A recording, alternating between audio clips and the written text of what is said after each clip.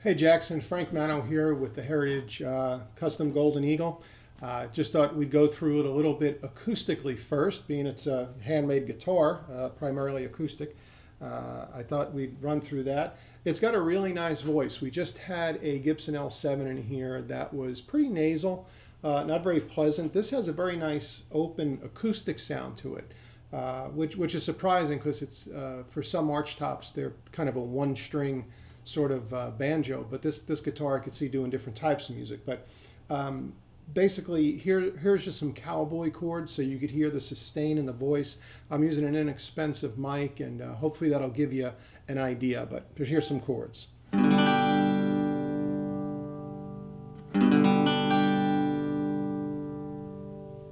Now with it away from my body.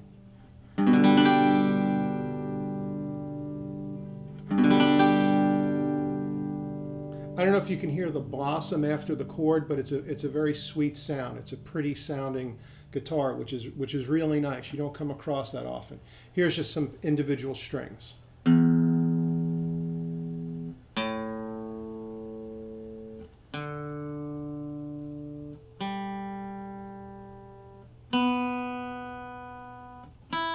Now, one thing I should note is that these strings, I think, are Diodario's. They're fairly dead. They're the ones that came on the guitar from the Heritage dealer.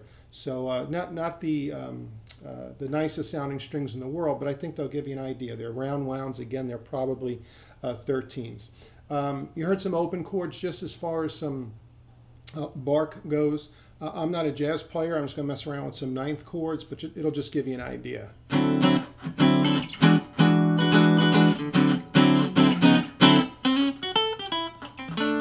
I blew that one.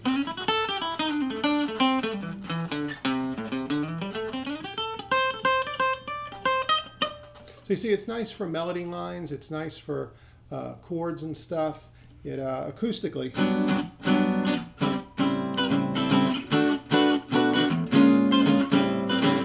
Give you an idea. So acoustically, it's great. Let's plug it in.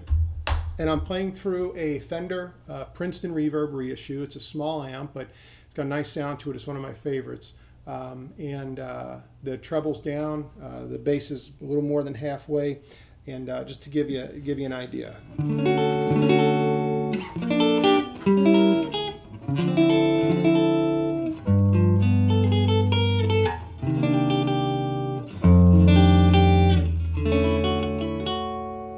That's a full up sound. If you roll off on the volume a little bit, which is on the pick guard here, it sweetens it a little bit.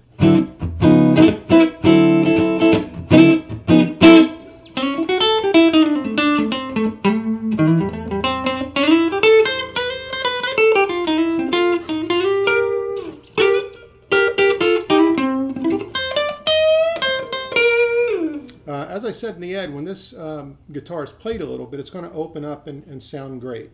So again, just nice little, even for doing like some fingerstyle stuff, it's just got a really cool tone.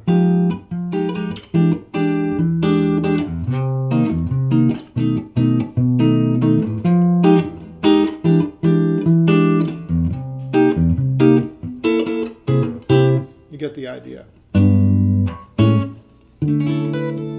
You know, even some fingerstyle stuff could be done on here, like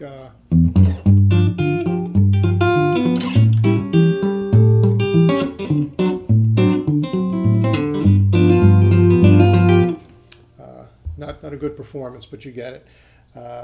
Again, would benefit from new strings. So lead line wise, it sounds nice. Solo wise, it sounds nice. Let's look a little bit at the construction. I don't know how much you're going to be able to tell here in the video, but we'll just try to look over it real quick. Also, the lighting in here isn't great. It's washing it out a little bit, but just to give you an idea, really nice inlay on the headstock.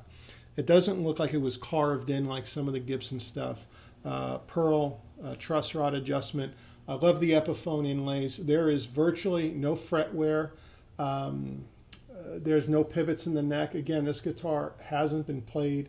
Binding's intact, no issues. Really nice spruce top, great grain. Heritage tailpiece, you know, no metal issues, nothing pitting or anything like that. It's got an output jack in the bottom, which is standard for Heritage. It also has the 1/4 inch on the side, which was custom ordered that way. And I believe the gentleman's original idea was to use one for a Fishman bridge pickup and one for the floating pickup. But unfortunately never got to complete that. Beautiful woods in the back and also the sides. I know, again, the lighting is pretty poor, but I just wanted to give you an idea of what it looks like. You can't really see the grain, but you know, no issues. Nice stair-step tuner. Good binding again. The neck has got that nice chunky 50s feel. It fits right into your hand. I don't know about you, but my hand tires when I'm playing necks that are too thin. And that's one of the reasons I always stayed away from Heritage, is I found their necks to be too thin. Good on the sides. No issues at all. I give you a little bit of another picture of the top there. And that's the side there. So that's about the guitar overall. That's sort of a general overview. Hopefully you could see a little bit of it cosmetically. It's comfortable to hold, sitting in your lap.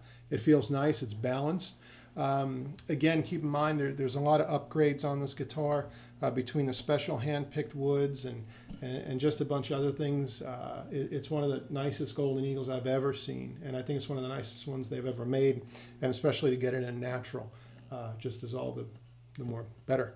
So if there's anything specific we can go back and cover, we could do another video. We could talk on the phone and do it that way, whatever it takes. I hope this has helped a little bit. I know the audio wasn't great. My performances certainly weren't great, but it gives you a little better idea of the guitar. Thanks a lot, and let's talk again soon.